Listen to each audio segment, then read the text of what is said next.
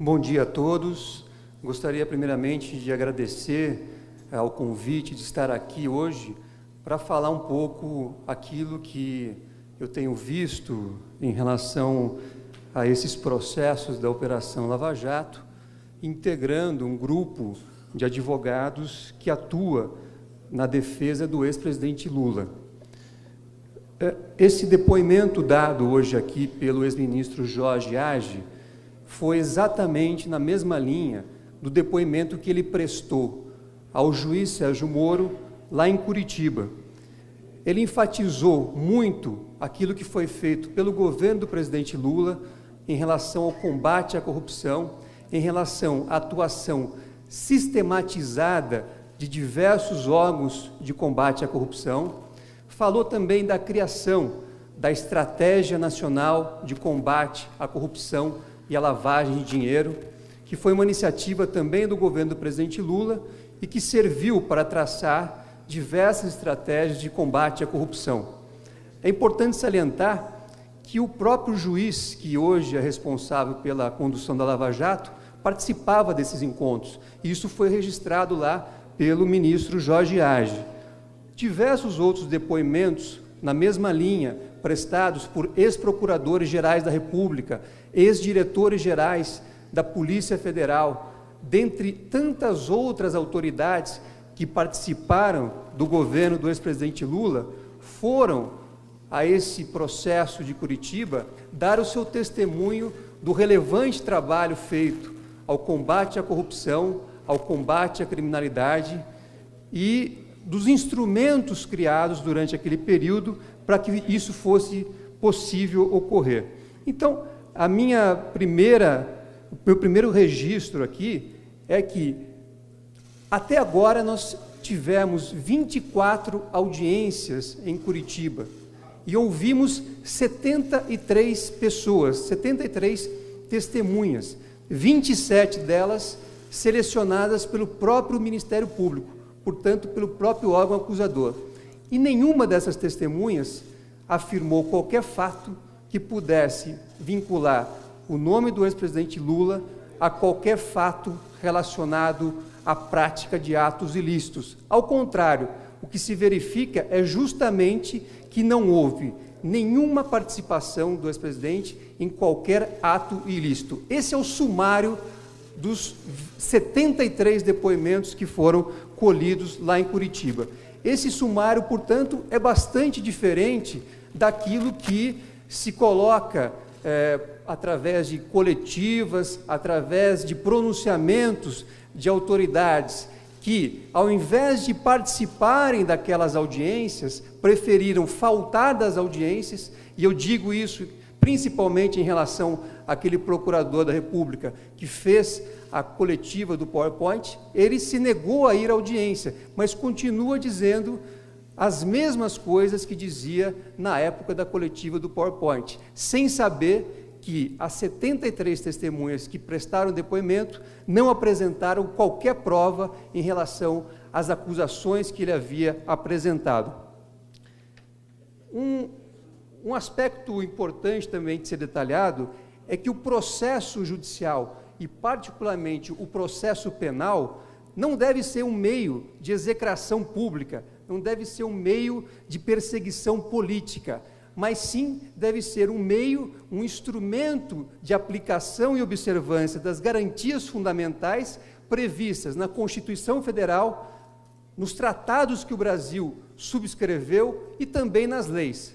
Mas, lamentavelmente, não é isso o que temos visto. Ao contrário, todos nós sabemos, e o exemplo do ex-presidente Lula é bastante emblemático nesse assunto. Ele foi vítima de uma condução coercitiva ilegal, foi vítima de sucessivas interceptações dos seus telefones, foi vítima da divulgação das conversas privadas que haviam sido interceptadas. É importante registrar que a lei proíbe a divulgação dessas conversas e prevê a conduta até mesmo como passível de configurar crime. Houve buscas e apreensões na casa do ex-presidente, dos seus filhos, colaboradores. E essas violações continuam ocorrendo ainda hoje. até porque é uma garantia de qualquer cidadão ter um julgamento justo e imparcial. Será que a autoridade que praticou todas essas irregularidades, que praticou tantos outros atos que nós relacionamos a todo tempo, tem a isenção necessária para proferir um julgamento? Ou será que esta autoridade tem já algo pré-concebido, algo pré-estabelecido, ou, como diriam alguns, a sua própria convicção? A relação, também é importante registrar que nós, na defesa do ex-presidente Lula, diversas vezes formalizamos requerimentos para que houvesse a investigação de vazamentos indevidos, trechos pinçados ou situações que foram extraídas de um contexto. Nós pedimos sempre que houvesse uma investigação, só que essa investigação nunca ocorreu. Apenas para que os senhores tenham uma ideia, até mesmo, a própria imprensa noticiou, que até mesmo os vídeos que foram gravados pela Polícia Federal durante a condução coercitiva do ex-presidente Lula, vídeos, portanto, que mostravam a sua residência, a sua intimidade ou a coleta do seu depoimento, teriam sido entregues a terceiros para a produção de um filme, o que mostra uma situação muito grave, porque ao invés de zelar pelo material confidencial, aparentemente as autoridades fizeram a entrega desse material a terceiros, a uma produtora que está fazendo um filme, evidentemente um filme alinhado com as ideias dos acusadores e que tem um material que a lei e a Constituição Federal consideram privado, consideram passível de ser mantido sob sigilo. Nós também pedimos que houvesse investigação em relação a esse material. Esse pedido, aliás, foi feito na data de ontem e nós esperamos que seja acolhido e que esse material seja realmente colocado com o sigilo legal necessário. Eu gostaria de dizer que os processos da Lava Jato, por aquilo que eu expus aqui e por aquilo que tem sido dito frequentemente, não observam as garantias fundamentais.